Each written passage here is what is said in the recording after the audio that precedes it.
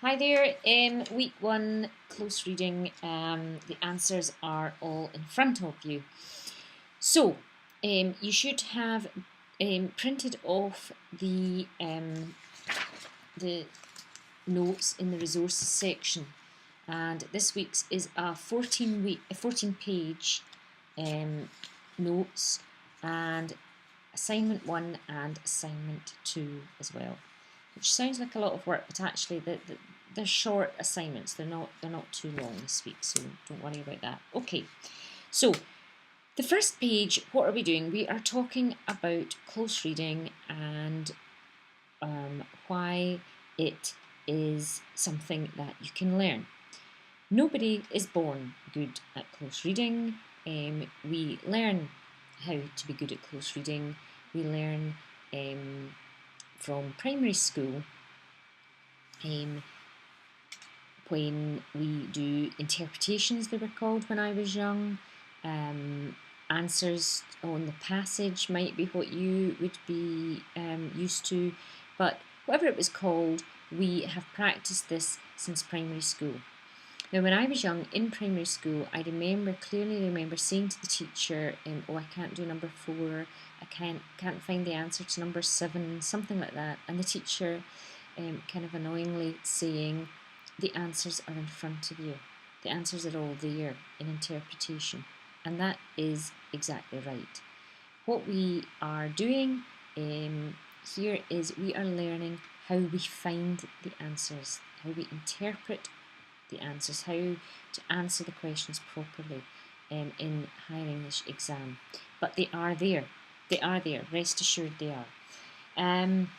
The next couple of pages on the handout look at how the course is set out. So just when there's the Star Student logo, that means pay attention. This is a sort of summary. This is important.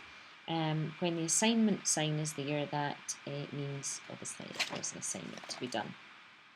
When you see a sign with a video, sort of a film reel, that means there is a video to accompany this, and to go to the resources section and look at that. There's a section on why we do close reading in the exam as well. Read that through. I can't think of a job where you won't need to interpret what somebody has written, and often respond to that. It's our language, it's the language we speak. You should be able to read it and write it at a proficient level, and that's what close reading is teaching you. There's then, I'm not going to go through all of this on the video, there's no point, it's there. What kind of passages, where to find examples of good writing. Now, I know your class teacher will have said this to you lots and lots, but it is important. If you want to get good at reading, close reading, you need to practice. If you wanted to improve your tennis, you would have to play tennis. If you want to improve your reading, you have to read. Read something of quality every day, and you'll be amazed at how much you pick up and how much your reading does improve. But I know you've heard that before. There's no excuse these days with the internet for you can log on to a good newspaper website and read a quality piece of writing every day.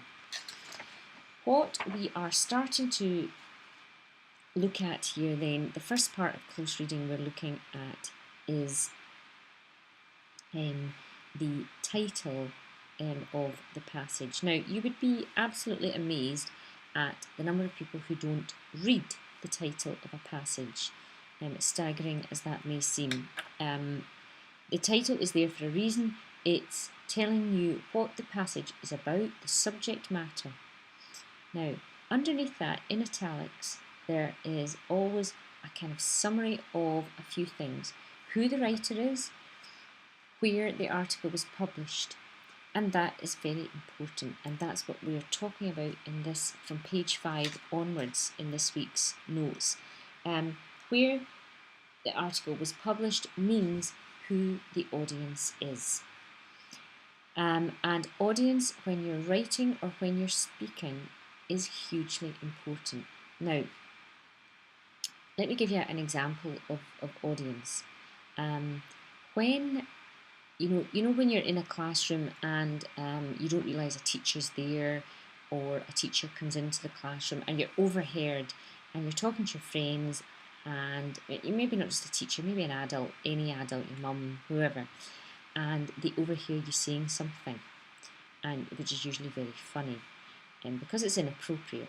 It's inappropriate because of the way you've said it, the language you've used, the vocabulary you've used. You've misjudged the audience because you didn't know the person was there. The way you talk to your friends is hugely different to the way you talk to adults, and that is what we mean when we talk about audience. Once you know your audience, then you pitch your writing or your talking appropriately. Underneath the title of the close reading passage in italics, it's telling you who this writer's audience is, because it's telling you where it was published. Now, if I said to you, I have to write an article for Heat magazine and I have to write an article for the Financial Times newspaper, would you help me? Just choose whichever one you want to help me with.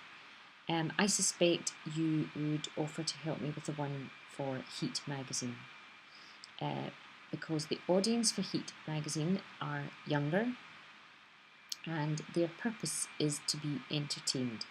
I slant my language appropriately. The audience for the Financial Times are older, probably higher, better educated, better informed, and they want to be informed. That's their purpose. They want to learn something. They need facts, figures. So you would probably, I'm sure, offer to help me write the piece for Heat magazine, for instance, a bit more up your street, that kind of idea. Maybe not, maybe not. But you get the idea of what I'm saying. The audience is different. You must read the introductory paragraph in the close reading passage and find out who the audience is. Over on page 6, we go through the idea of how, by knowing the audience, you can then navigate your way through the passage better. You know who it's aimed at. And in 2006, the 2006 past papers, my goodness, some of you were, 2006 past papers, there were 2 passages on the subject of problems of diet and obesity in the modern world. Underneath the heading Passage 1, it says, the first passage is from an article in The Economist magazine in December 2003. In it, the writer explores the problem of obesity in the modern world. Passage 2 appeared as an article in the Observer newspaper in May 2004. In it, Susie Orbach, a clinician who has worked for many years with people suffering from eating problems, suggests that there are different views on the obesity epidemic. So here we have 2 passages on the same theme, different writers, different publications. Let's look at the immediate difference. So, who reads The Economist magazine? Well, I would imagine not many fifth-year pupils to start with.